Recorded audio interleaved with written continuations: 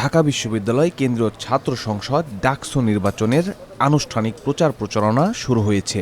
দিন-রাতের পার্থক্য ভুলে চলছে প্রার্থীদের দৌড়ঝাঁপ। তবে ডাকসু নির্বাচন কমিশনের প্রতি সন্তুষ্ট নন প্রার্থীদের বড় অংশ। উঠেছে ইলেকশন ইঞ্জিনিয়ারিংয়ের অভিযোগ। ডাকসু নির্বাচনের বিভিন্ন পদের প্রার্থীদের মতে বড় ছাত্র সংগঠনগুলোর কাছে জিম্মি নির্বাচন কমিশন। এমনকি আলোচনা ছাড়াই সেনাবাহিনী মোতায়েনের অভিযোগও করা হচ্ছে।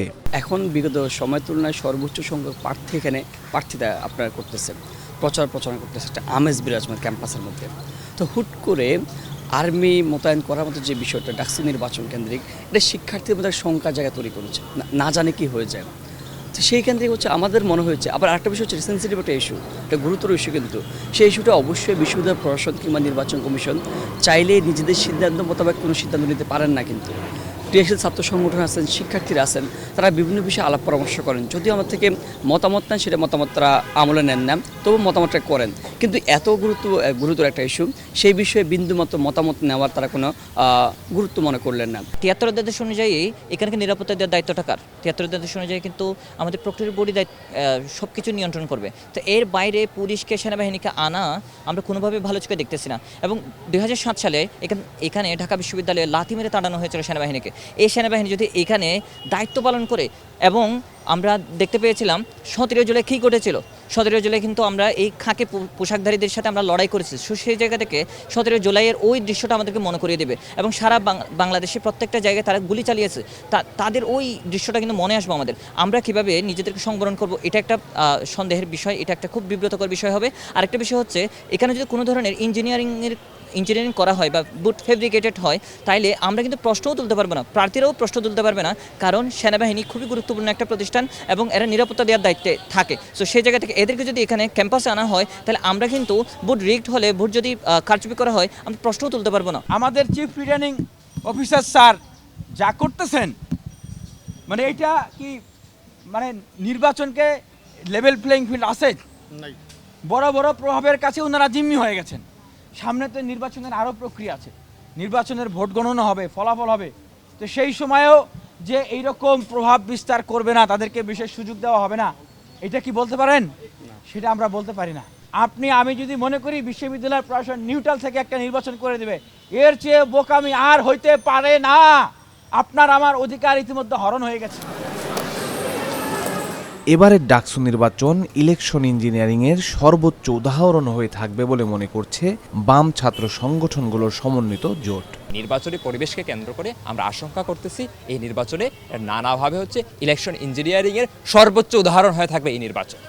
আমরা বিশ্ববিদ্যালয় প্রশাসনকে দাবি করি যে আপনারা অভ্যুত্থান পরবর্তী প্রশাসন অভ্যুত্থানের আকাঙ্ক্ষাকে ধারণ করেন।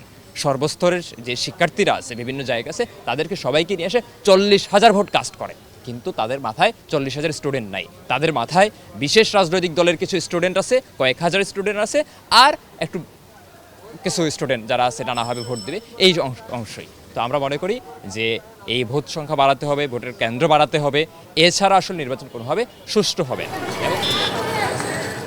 ঢাকা বিশ্ববিদ্যালয়ের উপাচার্যের বক্তব্য শঙ্কার জন্ম দিয়েছে বলে মনে করে ছাত্রদল প্যানেলের এজিএস প্রার্থী। আমরা মনে করি ডাকসু সুন্দরভাবে এগিয়ে চলছে, কিন্তু বিশ্ববিদ্যালয় প্রশাসন বা বিশেষত আমাদের উপাচার্য মহোদয় যে বক্তব্য দিয়েছেন, তাতে আমাদের মধ্যে কিছুটা সংখ্যার জাগ্রত হয়েছে। কারণ উনি একজন একাডেমিশিয়ান হিসেবে যে বক্তব্য দিয়েছেন, সেটা আসলে রাজনৈতিক নেতার মতো শোনাচ্ছে, এবং আসলে ওনার ঢাকা বিশ্ববিদ্যালয়ের শিক্ষার্থীদের কাছে ডাকসু নিয়ে যে পরিচ্ছন্ন পথ চলা, তা নিশ্চিত করার জন্য তার জবাবদিহিতার যে জায়গাটা, সেখানে তিনি কিছুটা ঘাটতি রেখেছেন, এবং কে বা কারা তার ডাকসু বাস্তবায়নের পথে বাধার সৃষ্টি করছে, তিনি তা নিশ্চিত করছেন না। এ বিষয়ে আমাদের কিছুটা শঙ্কা রয়েছে। ভোট কেন্দ্র তুলনামূলক কম দেওয়াকে নির্বাচনের জন্য বড় সমস্যা হিসেবে দেখছেন প্রার্থীরা। অধিক ভোট গ্রহণের জন্য ভোট কেন্দ্র বাড়ানোর দাবি তাদের। আমরা এখন পর্যন্ত কোনো সমস্যা লক্ষ্য করতে পারছি না। তবে একটা বিষয় আসলে সেটা হচ্ছে কনসার্নে, সেটা হচ্ছে আমাদের মাত্র ভোট কেন্দ্র মাত্র ৮টি। তো সেই জায়গা থেকে এত বেশি স্টুডেন্টরা সেইখানে এসে আসলে ভোটদান করতে দেখা যাবে যে এখন কিন্তু আসলে গরমের সিজন চলতেছে আসলে। তো সেই জায়গা থেকে শিক্ষার্থীদের লম্বা লাইন যদি হয়, এবং সেই ক্ষেত্রে যদি ভোট কেন্দ্রগুলো আরও বেশি বাড়ানো যেত, তাহলে আমার যেটা মনে হচ্ছে, তাহলে যারা ভোটার রয়েছে, আমার যারা শিক্ষার্থী ভোটাররা রয়েছে, তাদের জন্য আমরা আরও অনুকূল পরিবেশ তৈরি করতে পারতাম আর কি।